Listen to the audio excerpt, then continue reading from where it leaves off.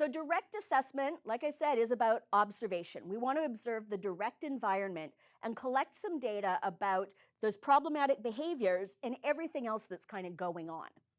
So our goal here is to get some evidence, data, right, it's that four-letter word, to support our hypotheses about the problematic behavior, or to show us that our hypotheses are wrong and we need to kind of go back and take another look.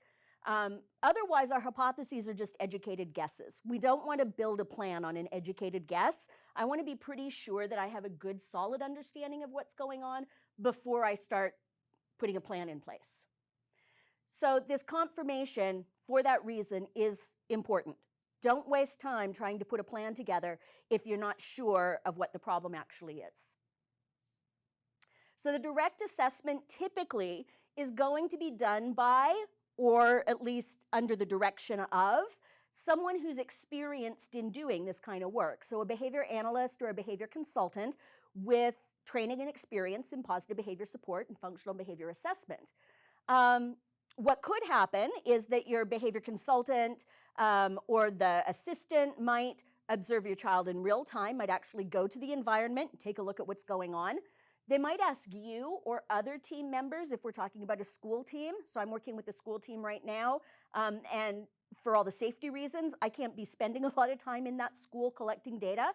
So I've set up a data form on Google, and I set up a QR code for them to scan with their phone. And so whenever problem behavior occurs, they just scan the code. It brings up the data sheet. They click on a couple of things to input data, and the data comes straight to my computer, right? So they're collecting data that way.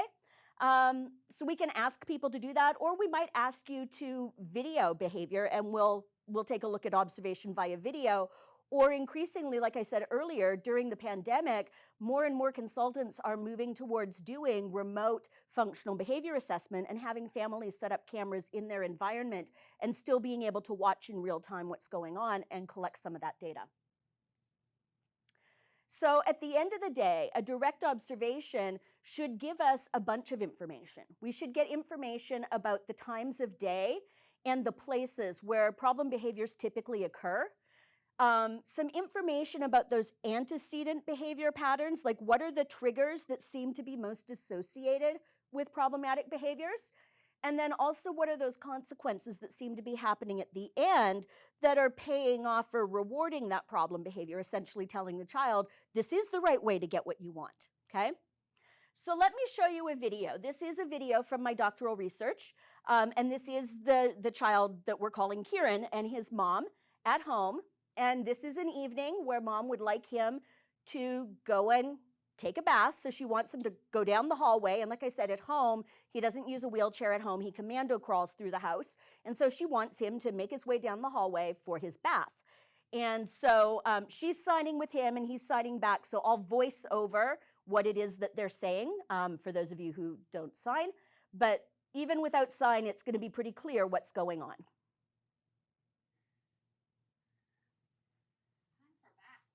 All right, time for a bath. Book is finished. Book's finished. Time for a bath. Bath time, and he's like, hey, Mom, look at this book.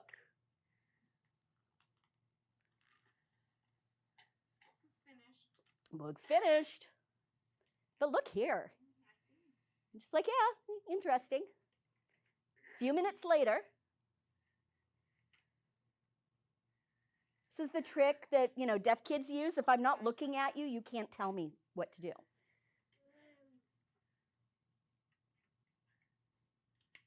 want you to go to the bathroom. Right, so I want you to go to the bathroom. And he goes back to his book. Here, Mom, hold it.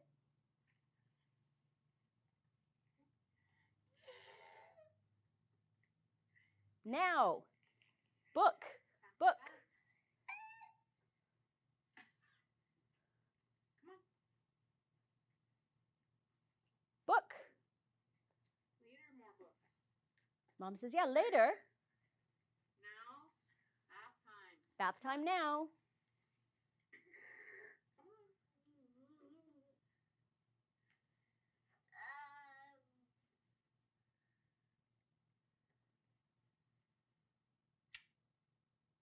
Now he notices his other books, and he's got some toys and some videos.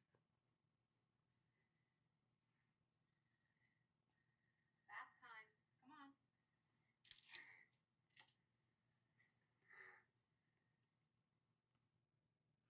Okay, so you might be looking at that and going, well, that's not all that problematic. Nothing's flying through the air. Nobody's being hit or punched. How problematic is that? It's problematic in the sense that mom has to go through this every single night. Every time she wants him to have a bath, this is what they have to do. And if she kind of persists in, come on, let's go, come on, let's go, come on, let's go, they never get there, right? Like, you know, she wants for just data purposes, because we didn't stand around collecting video data for hours, but he went over an hour of her saying, let's go, come on, let's go, come on, and just never came, right? And so as a mom, very frustrating, right? Where she just wants him to go have his bath, and then she's going to help him get in his jammies, and then he's going to make his way to bed, and then she can have a little bit of a break. They're never getting there at this rate, right? And like I said, it was really getting challenging for her to carry him to the bath without having back injuries, okay? So that gives you a sense. No, he's not throwing things, he's not screaming, he's not biting, but the behavior is still problematic in the sense that it's making it difficult for mom to kind of support him in doing the things that need to happen. He needs to have a bath, and then he needs to go to bed. So after we do some direct observation and get some data, we may use what's called a functional analysis. We may not. It kind of depends. And I'm not going to spend a lot of time talking about this, because this is something that does require professional expertise. This is not something that every consultant you work with might come in and do, and it's not something that you would do yourself. But this is essentially an experimental test where we test out different scenarios to see what the function might be, okay? So this is a test where, as a behavior analyst, and it's typically behavior analysts who would do a functional analysis, a behavior analyst would come in and sort of have some scenarios set up where we put an individual in different situations where they might be prone to engaging in a problem behavior, and then we'll reward the problem behavior, sometimes with attention, sometimes with escape, sometimes with a tangible, for example. And what we're trying to do is confirm our hypothesis with an actual set of test data. And this is really only necessary if up to this point it's very unclear why behavior is occurring, like we can't figure it out. And so it's not very often in my work doing positive behavior support that I find it necessary to do a functional analysis. So most of the time, the function is quite clear and observational data support the hypotheses. Okay, so we're not going to talk a whole lot more about that, but I do want you to know that it is something that exists, and it is something that if it's being done, it should be overseen by a behavior analyst. Okay, so assessment. It's all we've been talking about so far today, and I know it's usually the part that people like the least because they want to know what to do, and we're getting to the what to do very soon. But we have to really have an understanding before we start thinking about the what to do's, and that's an important thing. So once our hypotheses have been confirmed by our observational data, then we can go ahead and start thinking about what is it that we're going to do to address these issues, okay?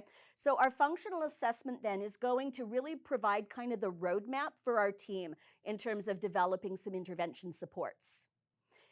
In terms of parents, so again, I'm sort of mostly talking to parents today, but I'll remind you that you could swap out parents for school team or group home staff or whoever else, but parents target priorities for intervention. So when I go to meet with a family, they're the ones who are saying to me, here are the things that are really challenging for us, or here are the times when our child's behavior is really difficult for us to deal with. We're not quite sure what to do about it, right? And here's what's most important for us, right? And maybe their priorities are the same as what mine would be, and maybe they're not, but it doesn't matter. I don't live in their home and I don't live their lives, so they're the ones who are going to tell me what their priorities are.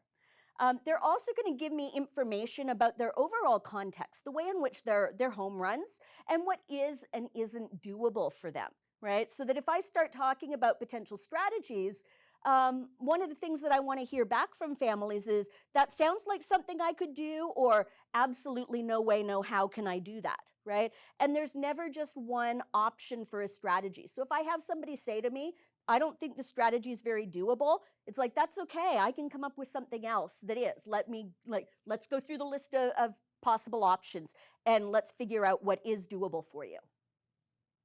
My job when I'm doing this as a behavior analyst, my job then is to really apply the knowledge that I have around behavior science, right? So as a behavior analyst, I've got some education around behavioral science, so I apply that knowledge to really try and address all aspects of that problem.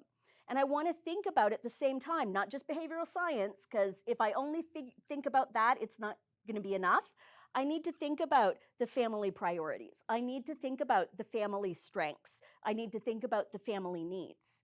And I need to also think about other team members and the contributions that they might be able to make, as well as the needs that they may have, so that I try to address all of these things at the same time.